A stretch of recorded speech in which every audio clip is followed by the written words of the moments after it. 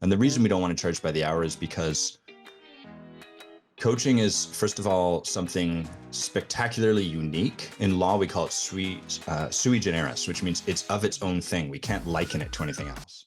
Hello, Lyssa deHart here, your host of the Coaching Studio, and I am thrilled today to be talking with Adam Quiney. He is an MCC with the International Coaching Federation, an executive leadership coach who specializes in working with the smartest people in the room. They're the most fun. A Renaissance man with a background in software development, as well as being an attorney. Adam's journey is a testament to the transformative power of embracing vulnerability over the facade of perfection. He brings a fusion of passion and intellect, infused with a touch of humor to inspire leaders to their own multifaceted personalities. Get ready to dive deep and explore how to lead a more inspired life with heart and conviction. Welcome to the show, Adam. Hello, it's great to be here. Awesome. I'm so glad you're here. And so, Adam, looking for most people, yourself included, and clearly you've had like a breadth of experience, software developer to attorney. What was the turning point that really drew you towards coaching, and really what has been the influence on your career as a result of that? Yeah, so I think there was like two turning points, one of which was like a turning point towards maybe the concept of what I thought coaching was without any awareness. And then a second turning point that was more like towards the pure state of what coaching really is.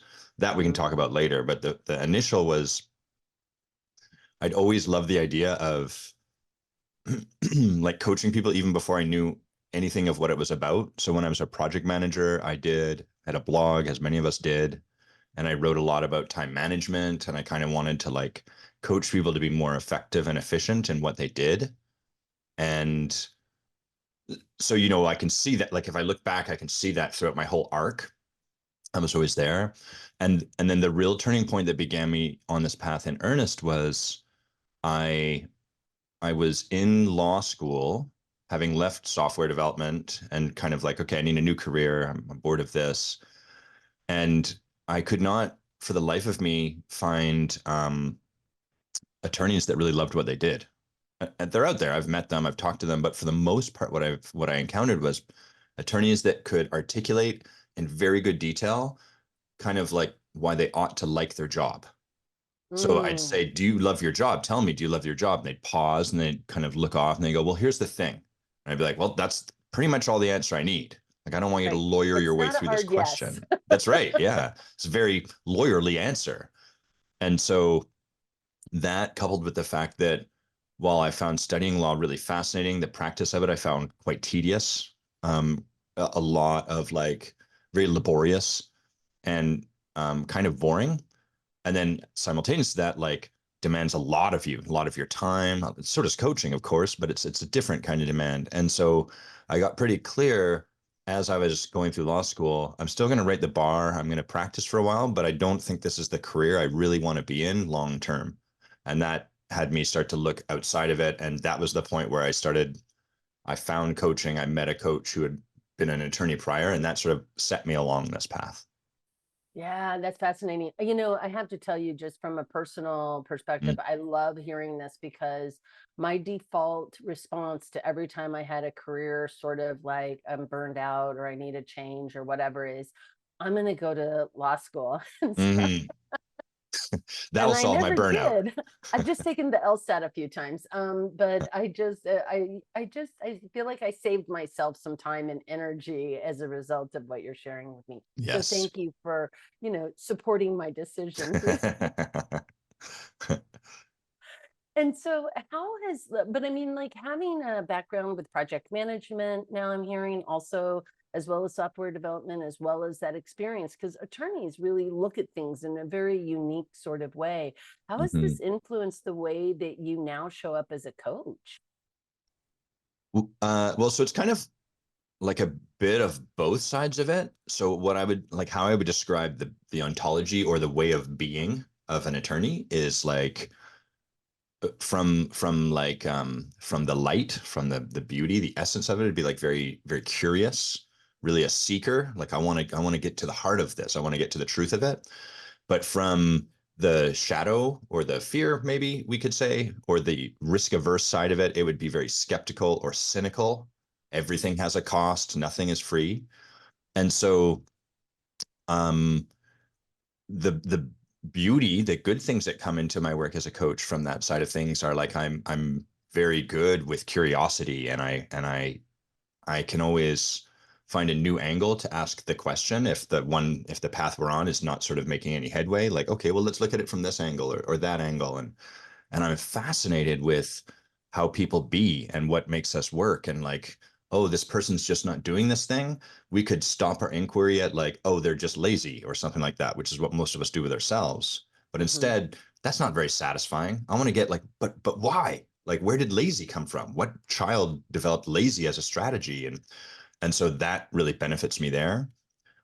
The other side of it that I have to be vigilant about, or maybe just conscious of, is I can become, it's easy to fall into the path of like, I know the answer and they don't. And I just need to ask the question to get them to have the answer I already know, right? That's very dangerous in our profession. And so, or like skeptical of the person. And rather than be curious about them saying, no, I don't think it's that, it can be sticky. I can fall into the path of like, they just don't know it yet. I'm right. They're wrong. So I have to be conscious of that, because that can slip Yeah. in quite easily.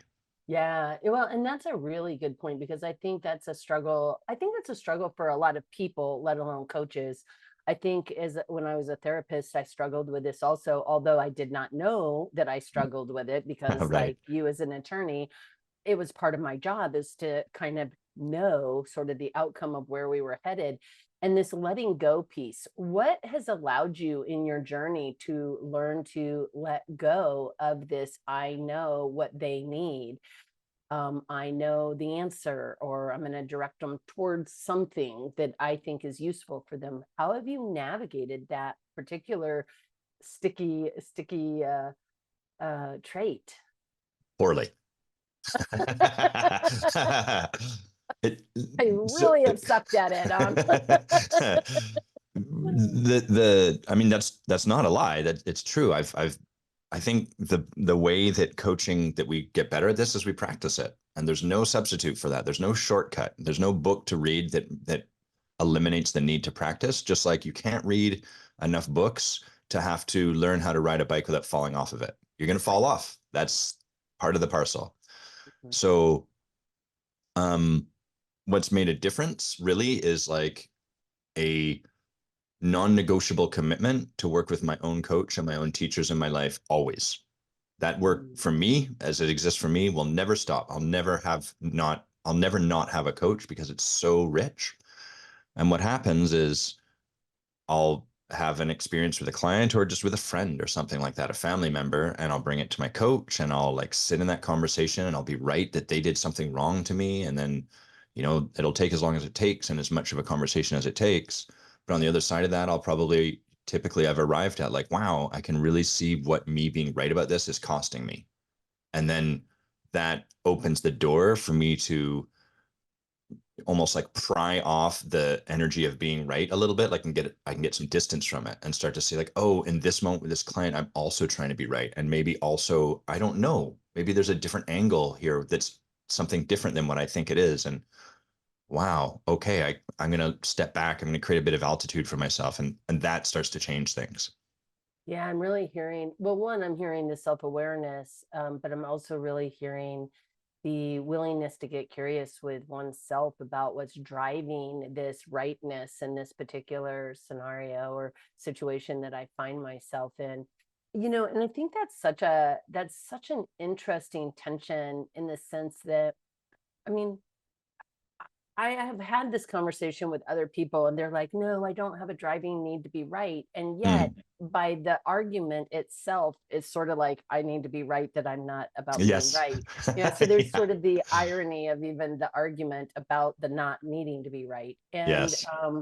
And I think that it's such a either conscious or unconscious driver for human beings. And to to bring it forward and just own it is such a courageous act, I think, in a world in which we want to just be right and be right about our rightness and sit there in our rightness and be right. Yeah, and this work, I believe, part of what we're really doing here is learning to have an experience of life that is replete with its abundance. And if Mhm. we're going to have an experience of life like the way I just described, being right has to be a part of it. Just Mhm. like if someone says, "Oh yeah, I never feel afraid," I'm like, well, then you're missing out on part of the abundance of life. You're actually contracting from something that's there because fear is a part of life.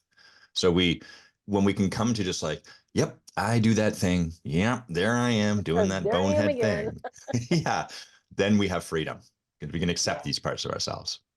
Yeah, and I do think that that is I mean, it's honestly in my mind sort of the hero's journey of how do we evolve as a person and to include all these elements of who we are and our emotional states. I know you are a coach who is ontological, and Mm. I know that I have a sense of what ontological means. I have a sense that I probably do a bit of ontological coaching myself, but I would love to hear from you really how you define it, because I think it's a word that people hear and they're really not sure what it means, and maybe they get sidetracked by, I don't know, a TikTok, and they forget to go look it up or something like that, right? So first of all, I like that word because it makes people sound super smart when we use it. Ontological, it Yeah, feels it's a good in big the word. mouth. Yeah, it's an ancient word that the Greeks came up with that means that you're smart if you use it.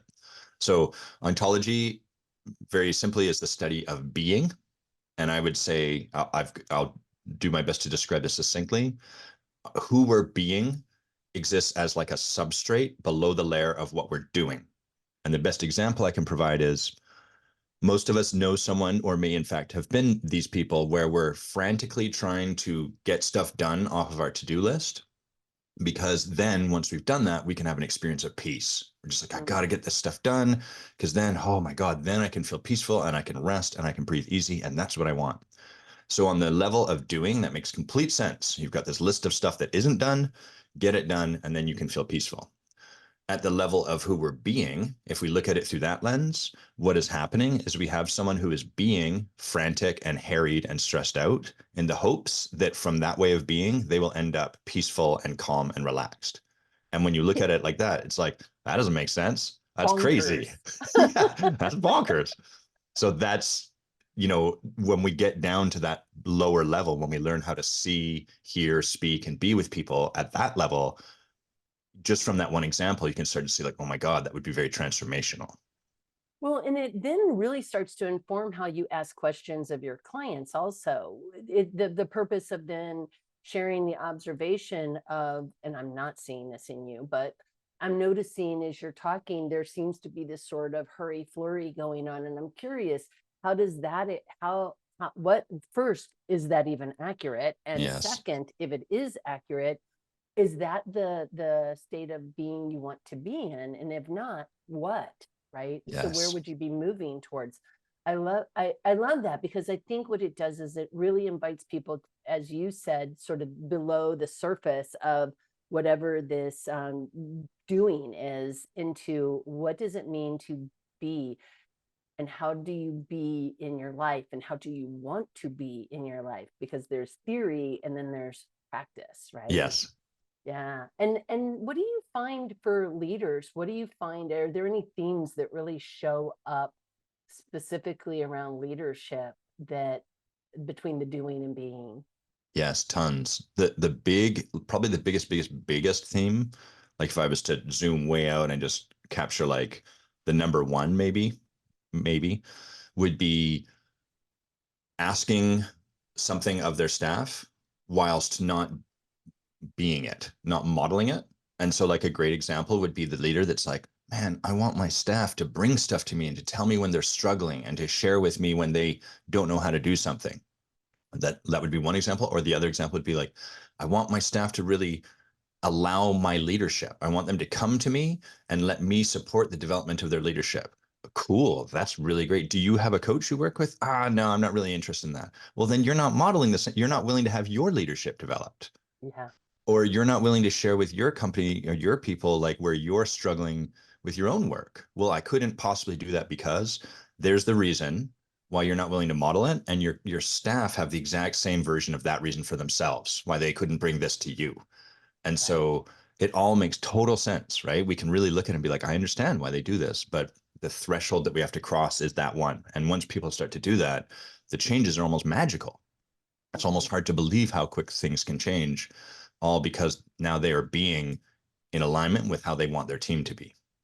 Yeah, and as you say that, what's really showing up is that idea of the I don't know if transparent, but the vulnerable. Like the vulnerability isn't about weakness. The vulnerability is actually just about openness. Like, Yes. hey team, I'm really struggling with this thing and I'm wondering how we could work together better. That would Yeah. be a way of doing that, right? Yeah. To demonstrate that kind of exploration. Or to your point, you know, are you working with a mentor or a coach or somebody to support the challenges that you have, and then talking with your people about that so that Yeah. they go, oh, that's okay then.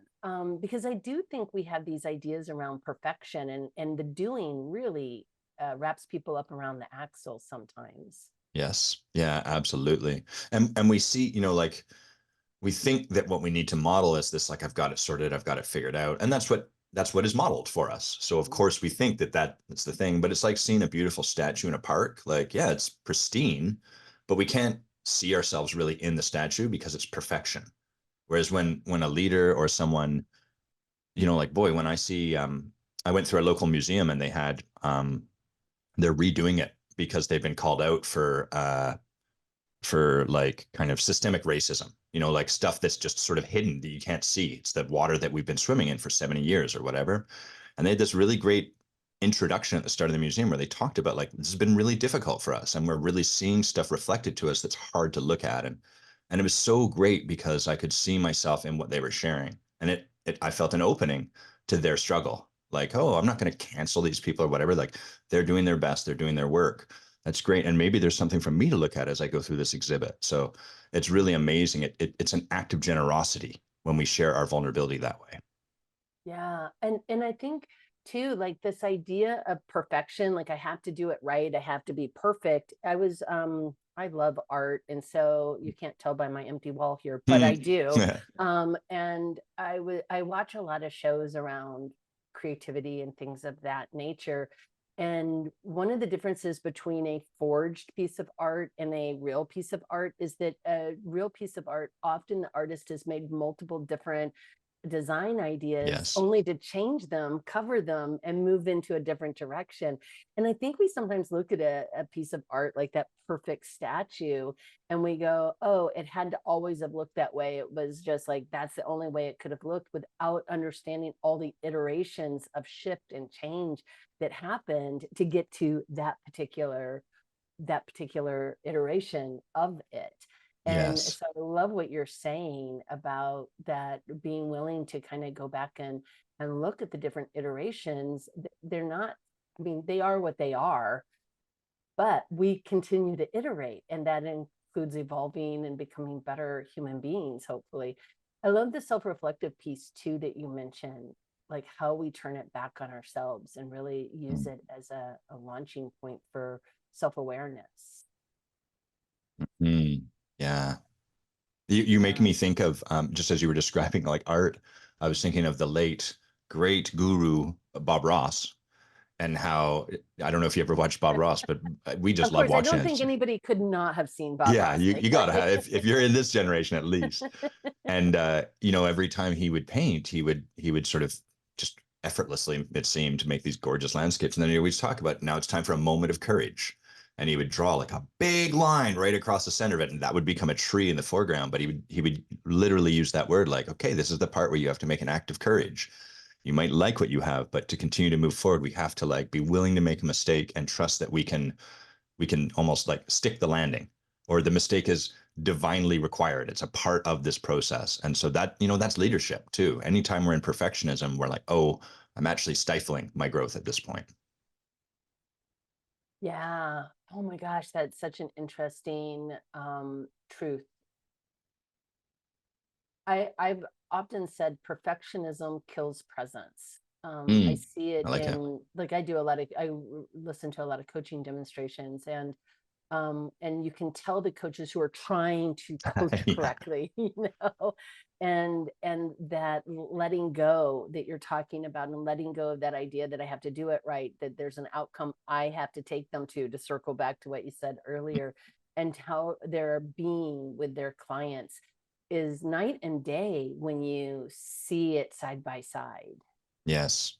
Yeah, and it's funny. It's one of those things like I think it was Judge Justice Clarence Thomas who I don't know who, but like described like regarding porn. I don't have a good definition for it, but I know it when I see it.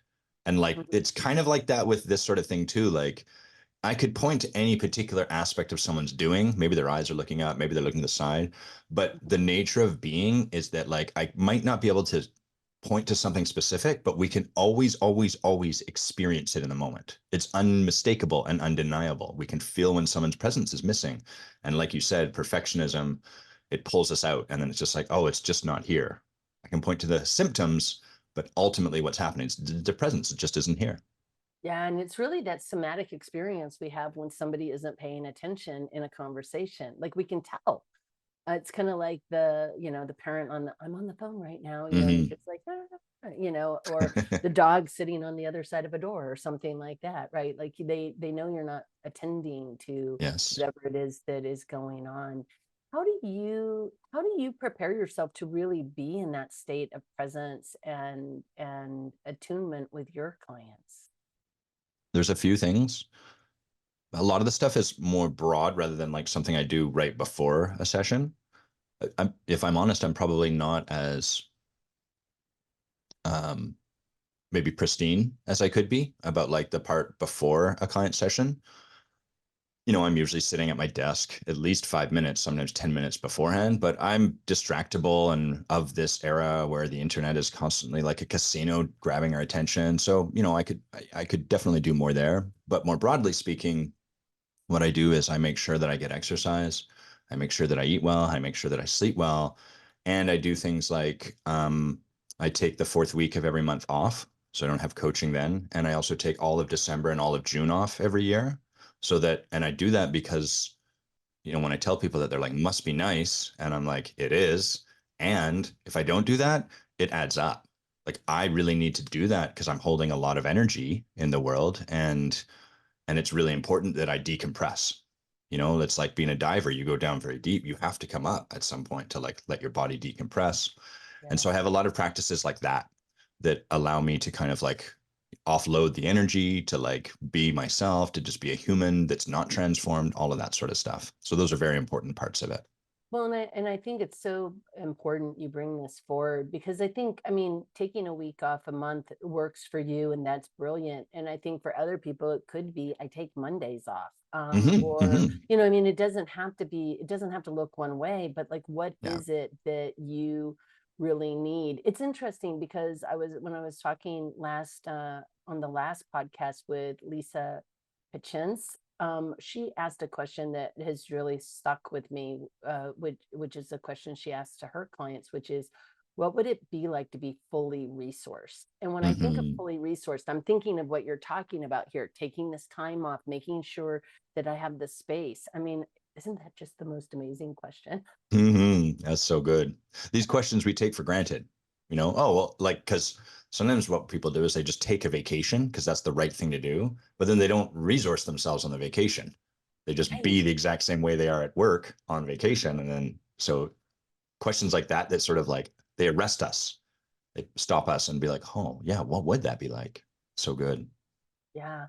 And to your point, also, taking a vacation, but staying on the internet the whole entire time, answering emails the whole entire time, not really taking that time to be with oneself and do something that's really resourceful or reinvigorating or whatever. It's like you could have just done a staycation, stayed at home, and just called it like not working hard or something. I Yeah. don't know. I was thinking like work light, LITE. Work Like I'm going to light. have a work light this week. Yes, work light. It works for everybody. It has less, maybe more alcohol, but less introspect. Yeah. less I, demand. Yeah, no, that is hilarious. But I do think it's so important because I think, and especially for coaches who often work on their own and who often um, are trying to build a business in what is a very overpopulated place at some mhm. points, right? It can feel really it can feel really like a luxury to be able to carve out these moments of time. And yet it's funny. I mean, I know you've written a book. I want to hear a little bit about your experience of writing a book. But I know for myself, like I can't write if I don't also carve out time for myself to write because I'm Mhm. steepled in different ideas and I'm wanting to capture them in the middle of the night, which means I'm probably getting up at 2, working till 4, going back to Right. sleep till 10, like I need, and I can't have like a normal work week on weeks where I'm going to be doing that kind of thing. So what is your experience with that sort of creative process and how you take care of yourself so that you can be creative and innovative in your world? It's been really interesting. I'll speak to like what I did to write the book, but before I go there, I'll share like, well, hold on, let me just check. Maybe that's the wrong order to do it in.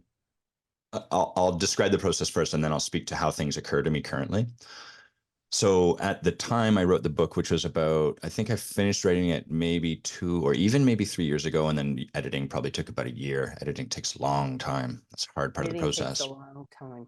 And it's tough because you don't, when you're writing, you're creating, you have like, here's a thing I wrote today. With editing, it's like, here's a thing I threw out today. That's harder.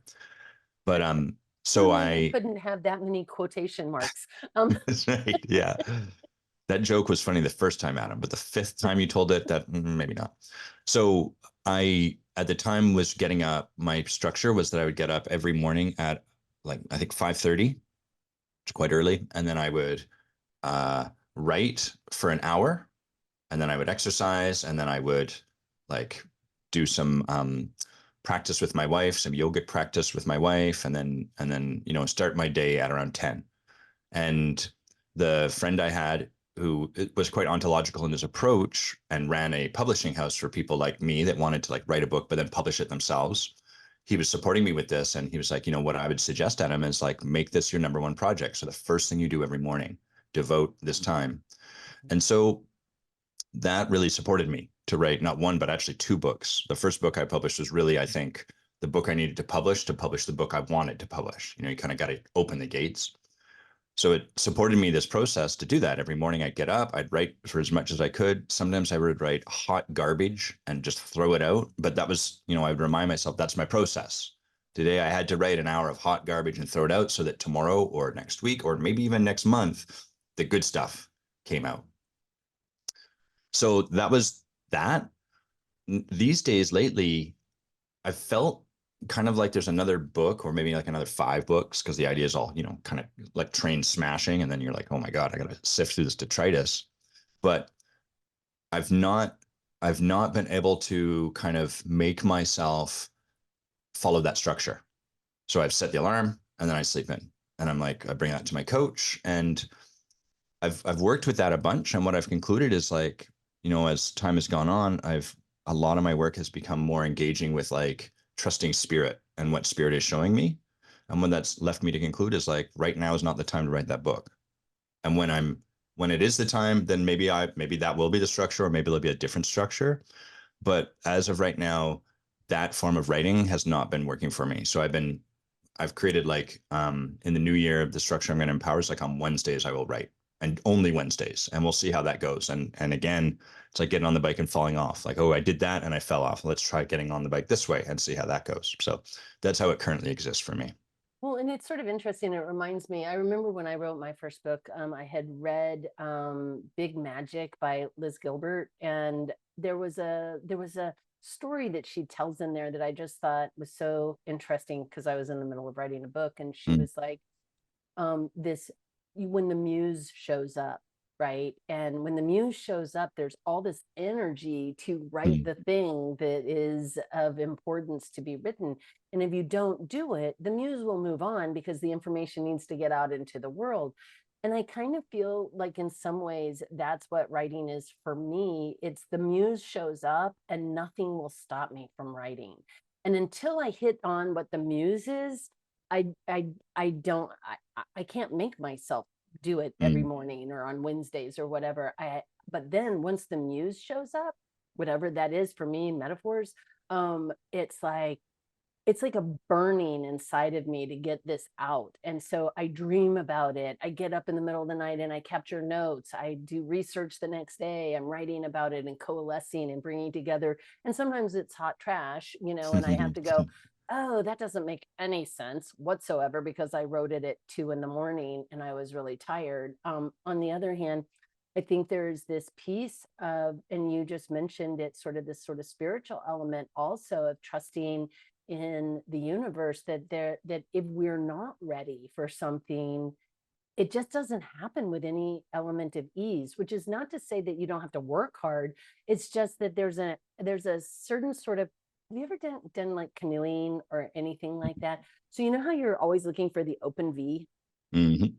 right? So that you're following the water between the rocks rather than, Uh-huh. boom, boom, boom. And it's like, I kind of feel like with any sort of creative process, it's a bit of that looking for the open V. Hmm. It's so interesting because where I am right now, I'm aligned with what you said anyhow, but like it really fits with me. But I think it might have been Thoreau, Henry David Thoreau. I can't remember his first names, but like Thoreau or some other writer I really like, who one of the quotes that really fueled me when I was writing this last book, he said, I only write when I'm inspired. Fortunately, I'm always inspired at 9 a.m. every morning. And what I took from that was like his commitment was Fortunately. I get down and I write, and Yeah. inspiration will find me if Yeah. I'm willing to do the thing that will generate my inspiration. So there's kind of like two Yeah. sides to Well, that where it's like, yeah. It goes back to what you were saying a minute ago, like giving yourself that space to be allows for stuff to show up also. And Mhm. I think to your point, of like at 9 a.m., I'm always inspired at 9 a.m. because then maybe I'm reading something, or maybe I'm doing a creative process, or I'm building I don't know, a tree house for my kid, or whatever it is that I'm doing.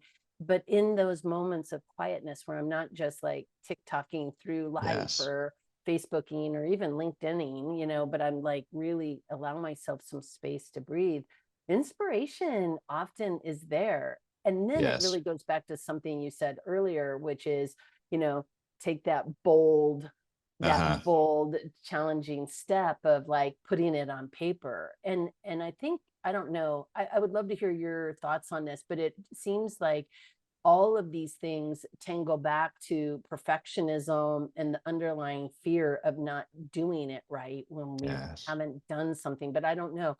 I mean, how did you get, and I don't know that you had that experience in your first book that you had to get done to get it out there so you could do your next book. But how did you get through that first bold line? Yeah. The the process there was like, well, actually it was through anger. So the first book I wrote, which is called Too Smart to Know Better, and it was my friend described it, my friend Ben, who helped me publish it, described it. He says it's kind of like a naked lunch book that you're writing, which is sort of like, here's what's at the end of your fork. This is what you've been eating. So it's kind of like a wake up people kind of book. And I didn't really know that was what I was wanting to write. I just went to him and I was like, I want to write a book. I can feel there's a book in me. What do I do? And he was like, well, there's a bunch of ways you can approach this. Um, and one of them is you just write every day and you see what's getting written. And so what was happening at this time was I was like, and was like younger in my work, younger, still always young, younger in my work. And like the profession of coaching, I think, is one where we have to become friends with heartbreak because we're going to open our heart to people and we're going to see what's possible for them on the other side of their fear. And we're going to have them become inspired in that. And then their fear is going to get the better of them. And as it does, it's going to make really compelling excuses. Now it's just not the time. Don't worry, you're great though. But now it's just not the time. And that sort of stuff's heartbreaking to receive. And so as I was learning to stay open and to just allow myself to feel that heartbreak and continue to like love the person and myself and all that, part of what was along that path was anger. How dare you? How could you people accept this? These are very common things that I think a lot of coaches move through in their journey. It's like, just outraged that people would allow themselves to play a small game, or, that's not really what's happening. These people are Right. just being human, but it's hard to be with people's humanity, especially our own. And so I used a lot of that anger to like write the pieces. And then so I wrote like a big angry book. And then I went through and was like, I read it a little bit. I was like, this is kind of pointed. This is a bit sharp. And I tried to edit it, and I edited as best I could. And it got to the point where I was like, the act of courage was like, I can't keep editing this. I just have to publish it. I have to like send this boat sailing off down the river so that the next thing can happen. Because otherwise I'll never be happy with it. Yeah. It's not going to happen. And so that was kind of the act of courage. And I still, I still get royalties now and then, not a lot, but now and then I'll get a royalty for like that book. And I'm like, or someone will tell me like, oh, I bought your book for my boyfriend. And I'm like, oh my goodness, I hope he likes it, because I'm a little bit nervous about this. Yeah. And it is that sort of, I don't know, there's a letting go process, right? Where you have edited all you can edit. It may not speak to who you are in 2 years, 10 years, 20 years, whatever, but it does capture a moment in time. And I do think also, as you're talking, the thing that really I'm reminded of is that we're all on our own unique journey. And it is so easy to look at another person's journey and see all the strategies and potentials that they have that they are not ready for. Yes. And how do we let go of our attachment to their whatever their potential is? Yeah. One of the things I got from a conversation with my coach was, because I do a lot of work in the realm of breakthrough. What is the breakthrough for this person in terms of their way of being? And I was frustrated because a client had, like, I think, ended the coaching. They'd chosen not to continue. And I was having this conversation with my coach, and she was saying, like, Adam, the thing about you is you can see a lot for people. The trouble is that what you see gets created for yourself as the way rather than a way. Certainly what you can see is a way for them. That would be something that would probably It's make a an option. difference. That's Yeah. right. Yeah. But who's to know, if we open ourselves up to the divine, who's to know that maybe their path is they have to leave, they have to do this, they have to do that, they have to do that. Then maybe they come over to the way that you see. Who knows? And so Yeah. that really opened things up for me, gave me a little space. Yeah, I think that's powerful. There's a way, but there's many ways. There's not the way. Yeah.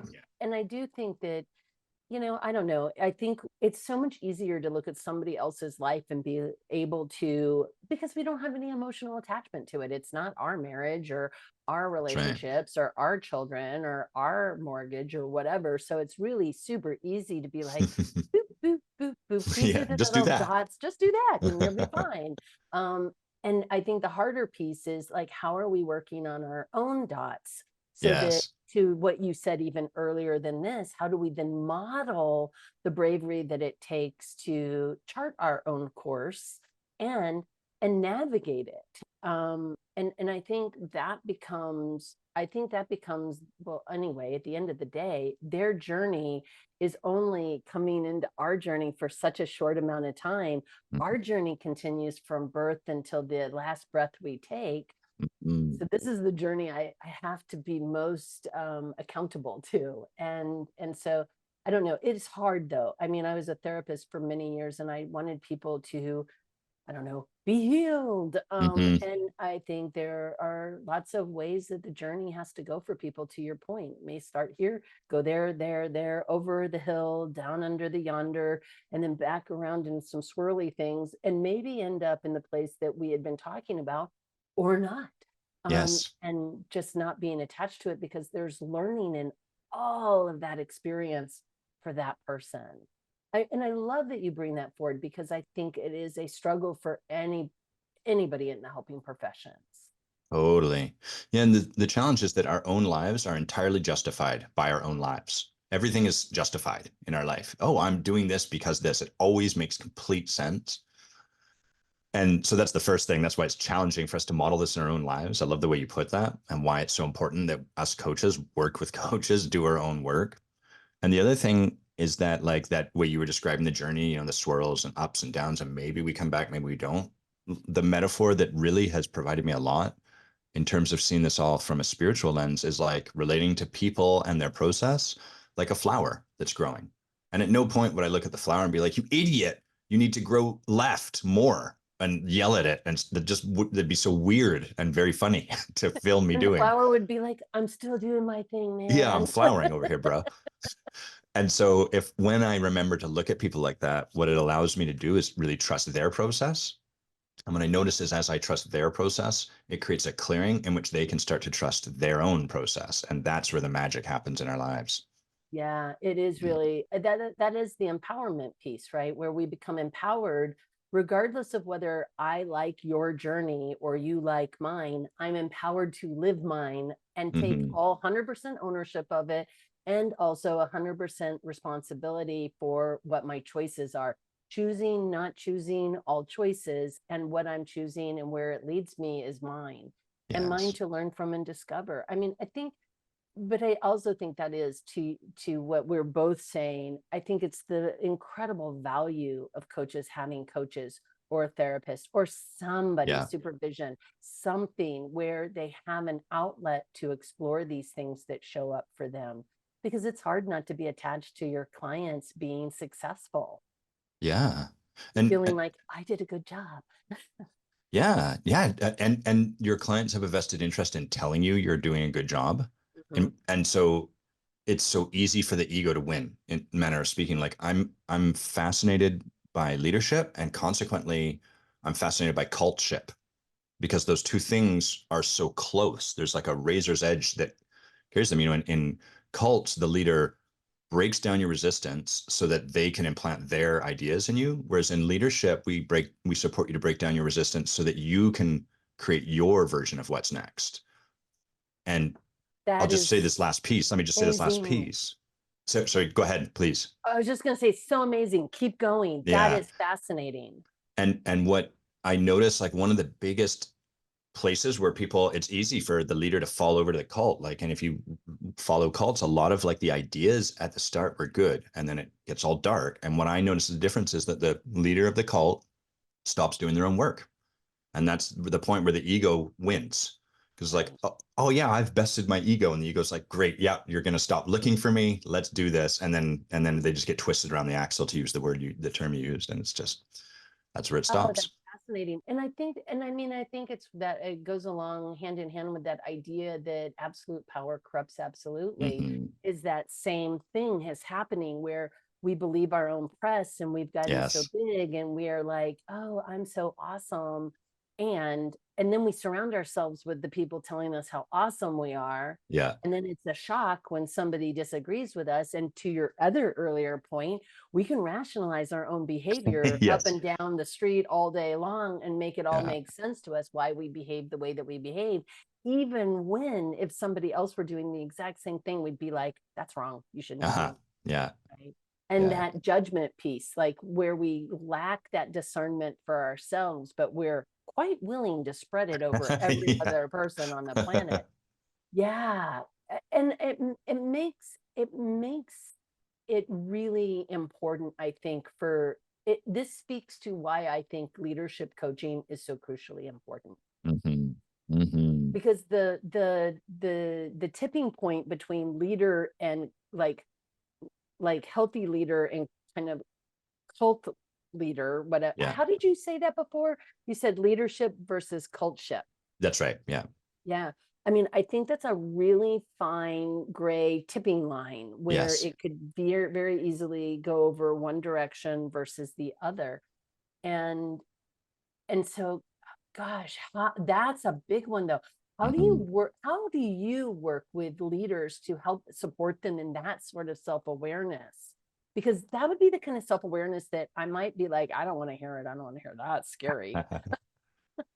Well, I mean, if they're working with me, they're already, kind of Prepared. a bit in the light. Yeah, totally. Because they've got someone, Yeah. which I'll just share an anecdote from my own life, which is like for so much of my life, a lot of my survival mechanism, the part of my ego trying to protect me, has been sort of like, I don't want to become the blind prophet, the false prophet leading people off the cliff, telling them, follow me, I know the answer. And then, oh my God, they all die.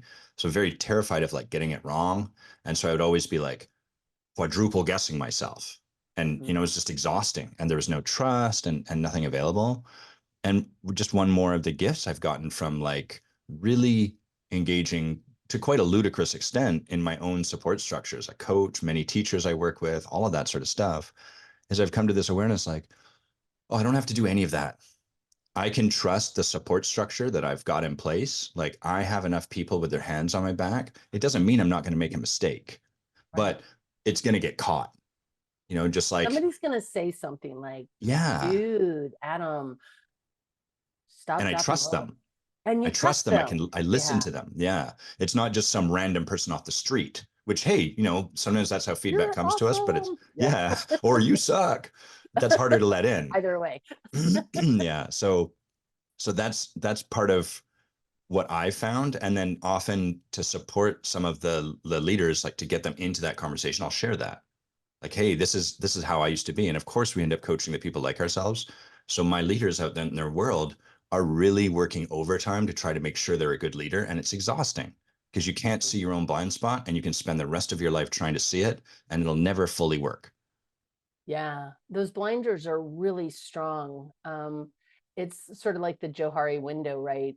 What others can see that we cannot see. Yeah. You do not want that to be a big part of your quadrant. And I think that's Mm-hmm. the piece about having somebody, whether it's a coach or friends or a partner who you trust, who has your best interest at heart, and who will also be completely honest with you. And I Yeah. think the thing about feedback that I've always sort of, I mean, I struggled with it at one point. Now I'm just sort of like, it's just another data point. And I don't have to accept it. Like, if it really doesn't resonate, if this is more Adam stuff than mine or my stuff and it's good for me to know, I can assess that for myself also. But if I trust you and you say something, I'm going to put some time and energy into exploring it. Mm-hmm. Yeah. Um,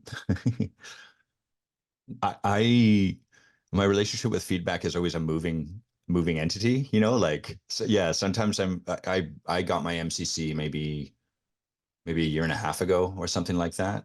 And it was very humbling, because I've been training coaches for many, many, many years. I'm very committed to this craft and to mastering this craft, and as most of us in this process are. And to get feedback, it's tough because over time we practice and we become really good at something, and the journey of transformation is not to get better at something we're already good at, it's to broaden our range. And so when you get feedback like that that's going to support that, it's always at first going to feel like, oh, everything I devoted my life to is wrong because you're telling me to do something different than that. But it's not that. It's like, no, we're just Do inviting you all to that stuff, yeah, do all do that stuff, but practice this a little also. bit too. That's right. Yeah. And sometimes like set down that muscle so that you have to develop this other muscle. And that, that's challenging for me. And my wife is going through her process with the MCC, and she was raised in a more challenging environment than I was, where feedback tended to be negative. It tended to, the meaning of feedback, ontologically speaking, was you suck. Here's how you suck. And so it's very, very challenging to receive that. So I'm always really, really, anytime anyone like on my leadership team whose leadership I'm developing receives a leadership, I'm like, you are doing an amazing job. And I can promise you that because you're just hearing what I'm saying right now. And that in itself is so challenging. So well done. Yeah. Yeah. Yeah. And it speaks also to like what allows us to really explore our relationship to feedback. Because I know at one point, I mean, I grew up in a family where feedback meant you sucked. Yeah. It's like, okay, I suck. Yeah. And then something shifted somewhere along the way, and I was like, I think I got some really well. I went to art school, so I got a lot of harsh feedback on Mm-hmm. like, well, why did you use that bold stripe? Or like I would have taken an imagery like this to convey your point, and you're just like, okay. And at some Mm-hmm. point you've gotten so much feedback that you're like, blah, blah, blah, blah, blah. And Uh-huh. then but then you'll hear one little bit and you're like, let me think about that. And I honestly think art school really kind of made a difference in the way that I perceive feedback, because I got so much. Like every week you got feedback Mm-hmm. on your projects. Yeah, no, fascinating. Yeah. What is an insight from your coaching journey that might benefit a listener on their coaching journey? And honestly, let me reframe that question, because there was a piece around also, was there something that somebody told you one time that you kind of dismissed, and then you've later come to go, oh, that's really important? And I'm just curious. Yeah, I have two answers. So let me give Okay, the first, and I'll brilliant. see if you're willing to let me give the second one because it's a little different. The first one's a direct answer to your question. So when I first got into coaching, I was articling. Here in Canada, we article, which means you basically apprentice for a year. You're a fully fledged lawyer, but there's one more lawyer kind of overseeing your work so that you don't destroy someone's legal livelihood. So I was doing that during the day, and then I'd come home and I was coaching, and it was exhausting. It was insane. And in my 40s, there's no way I could have done that. But yay, being young. Yeah, 30s are great. Yeah. And so I reached this point where I'd let my principal know, hey, I'm not going to stick around. Originally, I was going to open a firm with him, work part-time and coach part-time. And I realized that's not going to work. I got to try to get this off the runway. I got to put everything into this. And another coach who I'd been sort of loosely in contact with, who'd supported me early on, she was the first person I ever talked to, and I thought maybe coaching's for me. She had told me, oh, that's so cool that you're going to go full time into this. And Adam, what I would suggest is like really treat your time as though it's precious. Like you're gonna think like I got to fill every moment of every hour with calls and conversation, but like really, really, really invite you to hold it as precious. And I was like, totally, totally. Immediately ignored that. And simultaneous to ignoring that, I also had the fantasy of doing that in my head. So I was like, when I finish working as a lawyer, I'm going to get that video game I've wanted to play, and I'm going to go jogging every day, and I'm going to like spend time with my wife and my cats, and it's going to be great. And then I left law, and the next week, almost instantly, I booked myself and I was working like 14-hour days. Instantly. I didn't follow it at all. And so what I learned from that, one was just the truth, of course, of like treat our time as precious. And really what's happening there is we have to, if we want to have a life that looks a particular way, we have to be that way right now. There's no tomorrow. But the other thing I learned was like, we can create the circumstances for what we want. I had now the circumstances to allow for that kind of lifestyle that I wanted. But underneath that, there was a whole bunch of work in my being I had to take on. Because growing up, what I'd learned was as long as I'm sweating and it's hard work, I'm not falling behind. And if I don't fall behind, I won't get left behind, and I won't be the failure that I'm afraid I might become. And so hard work and it being a 12-hour workday or whatever was safety. And so I had to dismantle that before I could really actually have the lifestyle these days that I have, which is much more relaxed, much more spacious. Mm.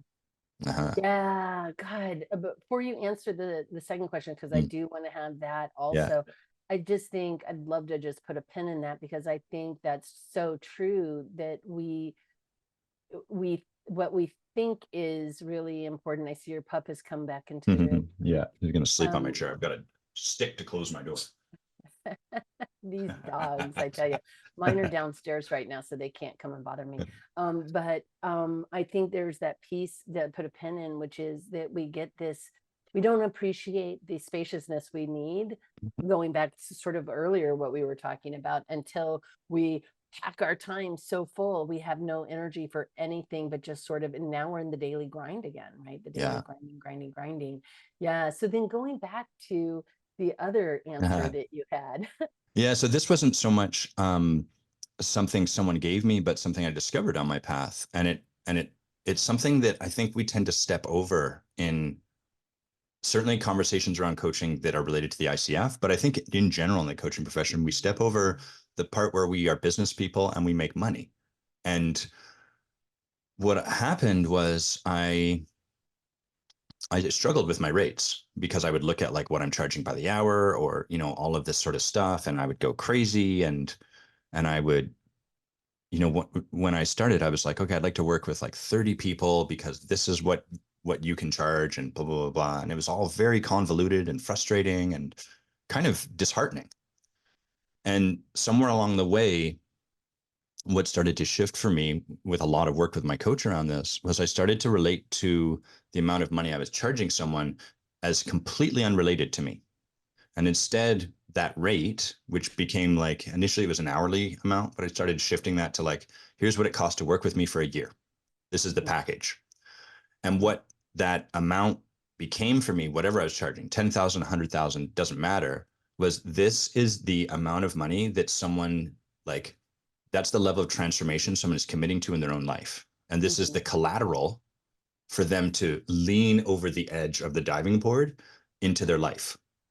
And so if I'm charging $20,000, we have to get really clear together before any money exchanges hands, what would be worth that amount of money? What is it you want in your life so much that that amount of money in hindsight would be a no-brainer?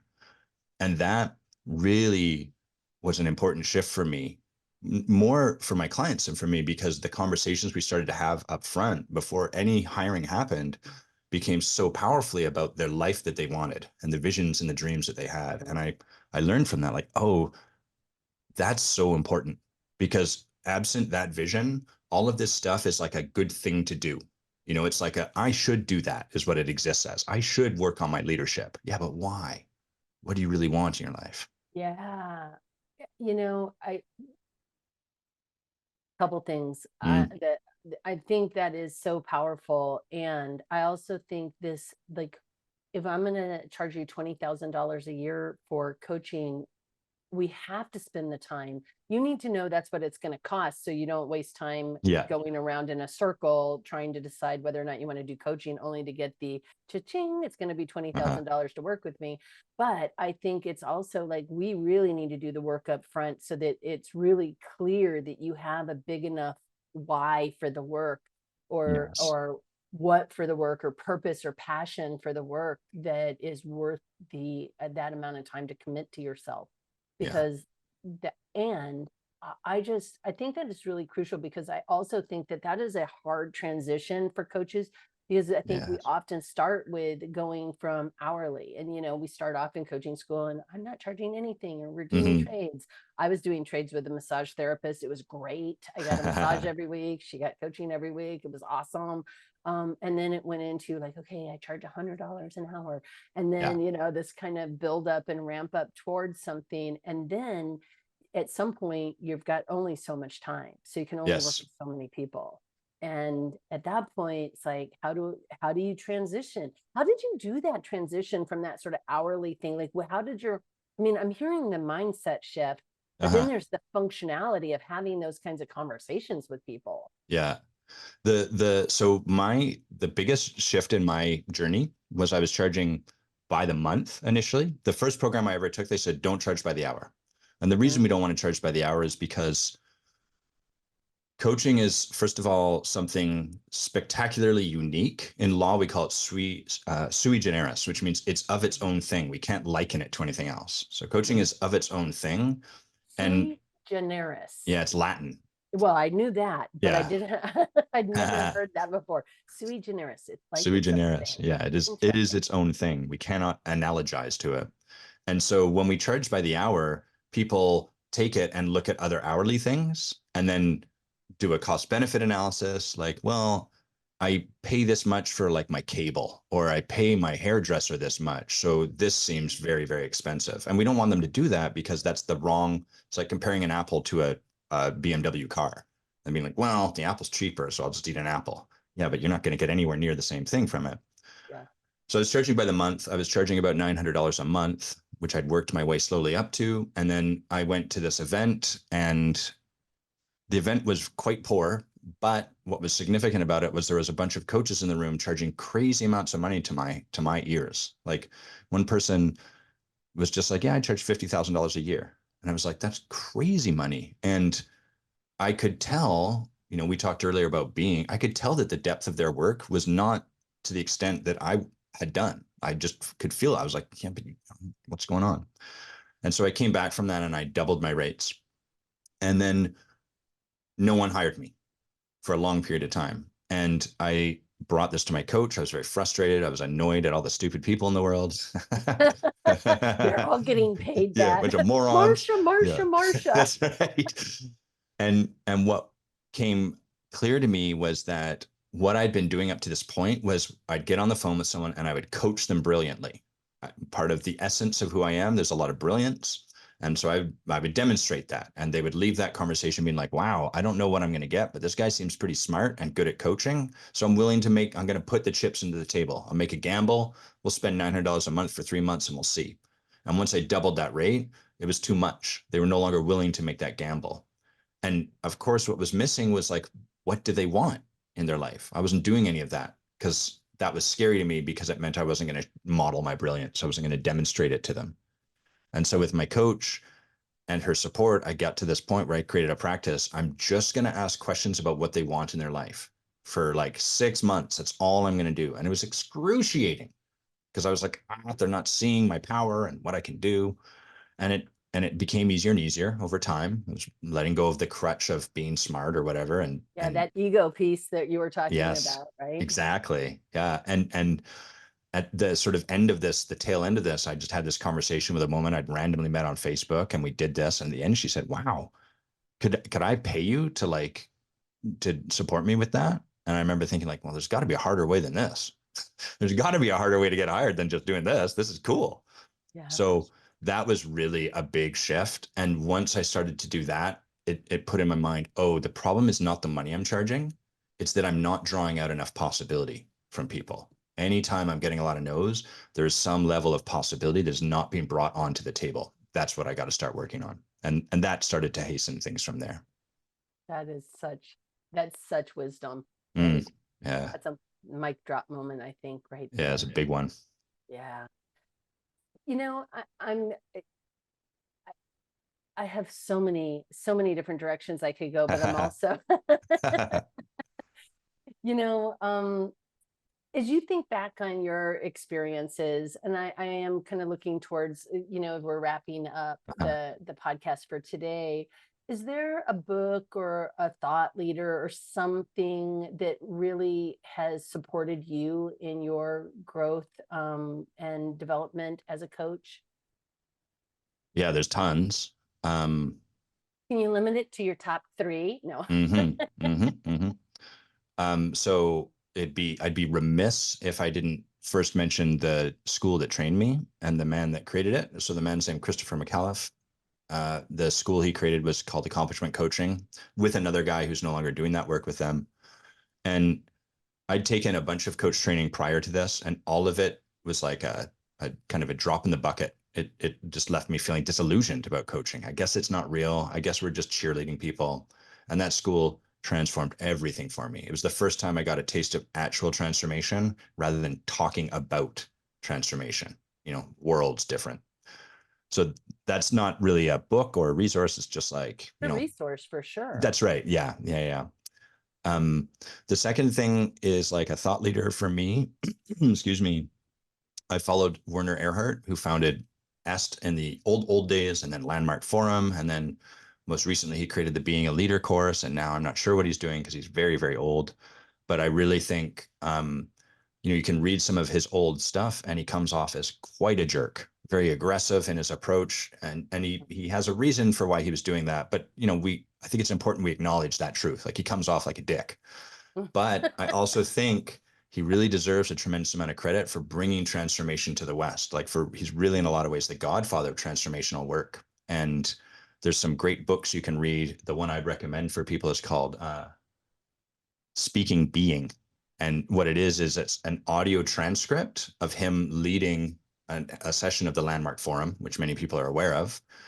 And it's really, really fascinating to watch him work with people, and how like they'll say something and then you can see in the question or the thing he says, like, he doesn't address what's happening on the surface. He's going straight to the heart of who they're being that's having them say that thing, and then working with that. So I really like that book. And I think his work I think he's done a tremendous service to a lot of us in this profession, because he's brought so much of that forward. And even if that means that at times he's been kind of a bit maligned or a bit of a jerk or whatever. Yeah. So that's number 2.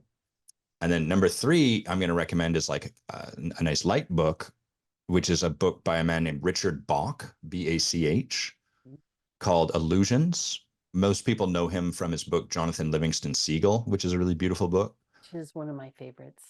So have you read Illusions? I had started it, but I'll Uh-huh. be honest with you, I'm so in love with Jonathan Livingston Seagull, and it was Right. different. It was very different Yes. than that. So it was like, This isn't that. yeah. So I Yeah. probably it's been about probably 20 years or so. So it's probably time to revisit it again. Uh-huh. Illusions is such a profound book, and it's wrapped in like a very elegant, simple story. And what I love about Illusions is that the entire book is someone on a transformational journey and they're unaware of it. And it's just describing like the arguments the person has, like, here's why I can't do that. And then this other person is ultimately like just a masterful coach who's very casual and very human about it and just says things like, you know, argue for your limitations, and sure enough, that's what you'll get.